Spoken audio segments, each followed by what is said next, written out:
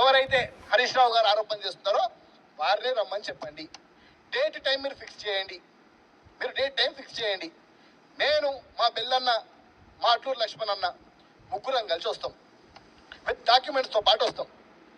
అక్కడ నువ్వు నిరూపించు దీంట్లో అవినీతి జరిగింది, ఈడ అవినీతి జరిగింది అని నువ్వు నిరూపించు. కానీ నువ్వు చెప్పిన 3,000 కోట్లు, నువ్వు చెప్పిన 2,000 కోట్లు ఏదైతే నువ్వు నిరూపించలేదో మేము ముగ్గురం బట్టలిపి పరిబత్తలు వెళ్తాం అక్కడి నుంచి.